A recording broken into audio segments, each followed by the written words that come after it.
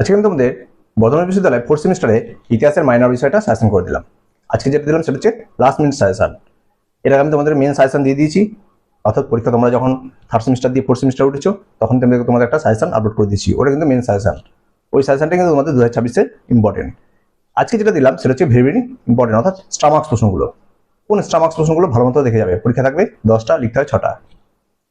এই 10টা প্রশ্নের উপর ভিত্তি করেই আমি কিন্তু তোমাদের 10 থেকে 12টা প্রশ্নে স্টামার্কস রেখেছি। 11 প্রশ্ন তোমরা ভালো মতো দেখে যাও নখদর্পণে, একটা প্রশ্ন মিস করবে না, ঠিক আছে? আর যারা তোমরা এখনো চ্যানেলটি সাবস্ক্রাইব করোনি অবশ্যই সাবস্ক্রাইব করে রাখো। দেখবে তোমাদের আমি এভাবে প্রত্যেক সেমিস্টারে সাজেশন আপলোড করে দিচ্ছি, অ্যাডভান্স এবং লাস্ট মিনিট সাজেশন। তার সাথে সাথে তোমাদের 2 নম্বর সাজেশনও দেওয়ার চেষ্টা করছি। কিছু বিষয়ে আমি সাজেশন আপলোড করেছি এবং পরবর্তীতে আরও আমি সাজেশন আপলোড করার চেষ্টা করব, ঠিক আছে? তোমরা কমেন্টে জানাবে তোমাদের কোন বিষয়ে সাজেশন দরকার আছে এবং কোন বিষয়ে 2 নম্বরের সাজেশন দরকার আছে, আমি সেই হিসাবে তোমাদেরকে আপলোড করার চেষ্টা করব। এবার দেখো তোমাদের আমি এখানে অর্থাৎ ইতিহাসের মাইনরে বিষয় হচ্ছে সুলতানি যুগ। এই সুলতানি যুগে তোমাদের কোন কোন প্রশ্নগুলো স্টার রেখেছি, যারা আমার আগে সাজেশন পেয়েছো সেই খাতাটা বার করো, সেখানটায় স্টার মার্কসগুলো দিয়ে নাও যে কোন কোন প্রশ্ন আমি স্টার দিয়েছি। যারা আগে সাজেশনটা লেখোনি তারা আমার এই সাজেশনটা স্টার মার্কসগুলো নাও, আর আমার মেন সাজেশনে দেখবে যে কোন কোন সাজেশনগুলো তোমাদের 2026-এর জন্য ইম্পর্টেন্ট রেখেছি সেগুলো লিখে নেবে এবং সেই প্রশ্নগুলো রেডি রাখবে। এই প্রশ্নগুলো ভালো মতো নখদর্পণ করবে, আরগুলো একটু চোখ বুলিয়ে রাখবে, ঠিক আছে? দেখো আমি তোমাদের সুলতানি যুগ থেকে কি রেখেছি। প্রথম প্রশ্ন দেখবে কুতুবউদ্দিন আইবকের কৃতিত্ব। প্রথম প্রশ্ন কি দেখবে, কুতুবউদ্দিন আইবকের কৃতিত্ব আলোচনা করো বা অবদান, ঠিক আছে? তারপরে দেখো, তারপরে দেখবে দিল্লির সুলতানি শাসনের ইতিহাসে সুলতানা রাজিয়ার কৃতিত্ব। কি দিলাম? দিল্লির সুলতানি শাসনের ইতিহাসে সুলতানা রাজিয়ার কৃতিত্ব। তাহলে কুতুবউদ্দিন আইবক কৃতিত্ব, সুলতানা রাজিয়ার কৃতিত্ব। এটা ছাড়া আরেকটা দেখবে সেটা হচ্ছে গিয়ে বলবানের কৃতিত্ব। কি দেখবে? বলবানের কৃতিত্ব। কি প্রশ্নটা কিভাবে আসতে পারে একটু দেখে নাও। এভাবে দেবে দিল্লি সুলতানি সুসংহত করার ক্ষেত্রে গিয়াসউদ্দিন বলবানের কৃতিত্ব লেখো।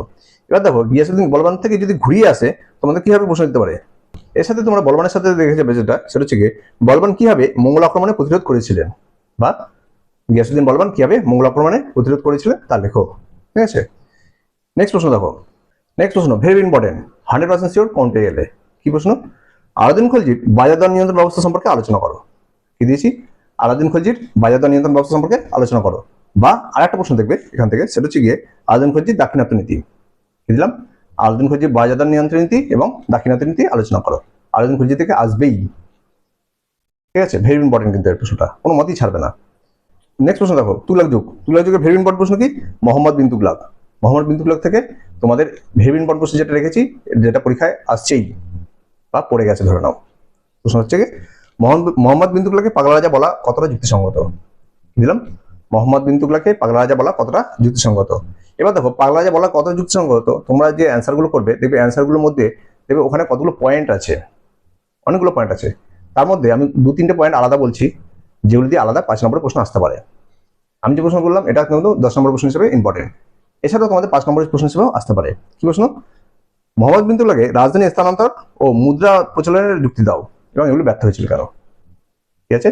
রাজধানী স্থানান্তর ও মুদ্রানীতি তিনি প্রচলন করেছিলেন কেন এবং এগুলো ব্যর্থ হয়েছিল কেন। এগুলো কিন্তু পাগলা রাজার মধ্যেই কিন্তু পয়েন্ট আছে, সেগুলো ভালো মতো একটু ফলো করো, দেখবে ওখান থেকে 10 নম্বর 5 নম্বর দুটোই প্রশ্ন কমন পেয়ে যাবে। তোমাদের যে কোনো একটা আসবে, যদিও 5 আসলে 10 আসবে না, 10 আসলে 5 আসবে না, একটা প্রশ্ন কমন পাচ্ছই, ঠিক আছে? তাহলে কি আছে মেন প্রশ্নটা হচ্ছে গিয়ে মোহাম্মদ বিন তুগলককে পাগলা রাজা বলা কতটা যুক্তিসঙ্গত, ঠিক আছে? দিল্লি সুলতানি সাম্রাজ্যের পতনের কারণ লেখো। কি দিলাম? দিল্লি সুলতানি সাম্রাজ্যের পতনের কারণ লেখো। এবার দেখো দিল্লি সুলতানি সাম্রাজ্যের পতনের কারণ লেখো, এই প্রশ্নটা এভাবে আমি গোটা হিসেবে রাখলাম। এখান থেকে যদি একটু ঘুরিয়ে দেয়, ঘুরিয়ে দিলে পরে তখন তোমাদের কি হিসাবে দেবে যে সুলতানি সাম্রাজ্যের পতনে ফিরোজ শাহ তুগলক কতটা দায়ী ছিল। কারণ হচ্ছে একজনকে মেনশন করে দিল, পার্সোনাল ভাবে একজনকে মেনশন করে দিল, কাকে? ফিরোজ শাহ তুগলককে। তা দিল্লি সুলতানি সাম্রাজ্যের পতনের কারণ কি, এখানে সব কারণগুলো থাকবে একসাথে। আরেকটা হিসেবে যে পার্ট যদি হিসেবে আলাদা করে দেয় সেটা হচ্ছে ফিরোজ শাহ তুগলক কতটা দায়ী ছিলেন দিল্লি সুলতানি সাম্রাজ্যের পতনের জন্য, ঠিক আছে? ভালোভাবে দেখে যাও প্রশ্নটা।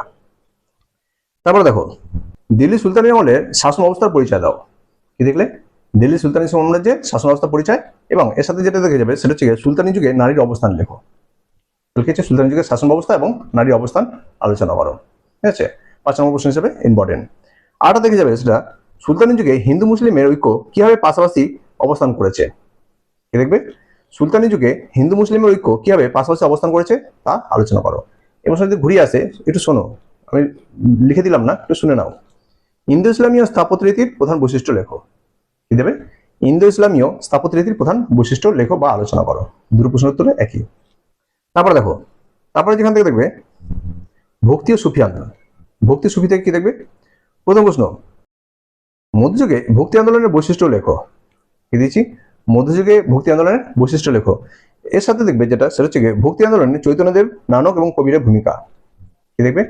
ভক্তি আন্দোলনে চৈতন্যদেব, নানক এবং কবিরের ভূমিকা। এর মধ্যে ভেরি ইম্পর্টেন্ট কিন্তু চৈতন্যদেবকে ভালো মতোভাবে করে যাবে। ঠিক আছে, নেক্সট প্রশ্ন দেখো, মধ্যযুগে সুফি আন্দোলনের বৈশিষ্ট্য এবং গুরুত্ব লেখো। কি দেখবে? মধ্যযুগে সুফি আন্দোলনের বৈশিষ্ট্য এবং গুরুত্ব আলোচনা করো বা লেখো। ঠিক আছে, এবার দেখবে ভক্তি ও সুফি থেকে। তারপর দেখো পরের প্রশ্ন, বিজয়নগর বাহমনি সাম্রাজ্য থেকে। বিজয়নগর বাহমনি সাম্রাজ্য থেকে কি দেখবে? প্রথম প্রশ্ন দেখবে, বিজয়নগরের শাসক হিসাবে কৃষ্ণদেব রায়ের কৃতিত্ব লেখো। কি প্রশ্ন দিয়েছি? বিজয়নগরের শাসক হিসাবে কৃষ্ণদেব রায়ের কৃতিত্ব আলোচনা করো। ঠিক আছে, তারপর দেখো, বিজয়নগর ও বাহমনি সাম্রাজ্যের সংঘর্ষের কারণ কি? কি দিলাম? বিজয়নগর ও বাহমনি সাম্রাজ্যের সংঘর্ষের কারণ কি? পরের প্রশ্ন দেখবে, বাহমনি রাজ্যের মাহমুদ গাহানের অবদান বা ভূমিকা লেখো। কি দিলাম? বাহমনি রাজ্যের মাহমুদ গাওয়ানের ভূমিকা বা অবদান লেখো। পরের প্রশ্ন কি দেখবে, বাংলা হোসেন শাহী শাসনের সাংস্কৃতিক তাৎপর্য লেখো। কি প্রশ্ন? বাংলা হোসেন শাহী শাসনের সাংস্কৃতিক তাৎপর্য লেখো এবং হোসেন শাহী বংশের প্রভাব বা গুরুত্ব লেখো। কি দেখবে?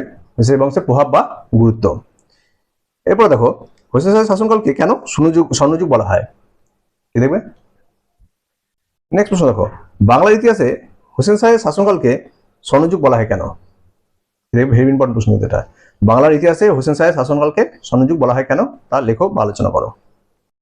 তাহলে তোমরা ইতিহাসের মাইনর থেকে 11 প্রশ্ন ভেরি ইম্পর্টেন্ট দেখে যাচ্ছ। এবার দেখো, আমি কিন্তু তোমাদের মেন সাজেশন প্রথমে আপলোড করেছি, ওই সাজেশনটা ভালো মতো ভাবে করেছো নিশ্চয়ই। ওর উপরে কিন্তু এলাসমিক সাজেশনটা, এই কটা সাজেশন ভালো মতো হবে নখদর্পণে করে যাবে, একটা দাড়ি কমা মিস করবে না। আর এই ভিডিওগুলো অবশ্যই বন্ধুদেরকে শেয়ার করে দেবে, যেন তারাও এগুলো হাতের মুঠে পেয়ে যায় এবং তারা যেন এক চান্সে কলেজ পাস করে যায়। আর যারা এখনো চ্যানেলটি সাবস্ক্রাইব করোনি, অবশ্যই সাবস্ক্রাইব করে রাখো। দেখবে তোমাদেরকে এভাবে প্রতিটি সেমিস্টারে মেজর মাইনাস চেক পেপার যাই পেপার থাকুক না কেন, প্রতিটি পেপারের সাজেশন আপলোড করে দিই, যার সাহায্যে তোমরা হাতের মুঠে বাড়িতে বসে পেয়ে যাচ্ছ কোন প্রশ্নগুলো তোমাদের ইয়ারে ইম্পর্টেন্ট। ঠিক আছে, আর একটা লাইক তো অবশ্যই করবে, আর কমেন্টে আমাকে জানাবে এরপর তোমাদের কোন বিষয়ে সাজেশন দরকার আছে এবং কোন বিষয়ে 2 নম্বরের সাজেশন দরকার আছে। আমি সেই হিসাবে আমি সময় পেলেই তোমাদেরকে আপলোড করবো একটা করে। দেখে নাও।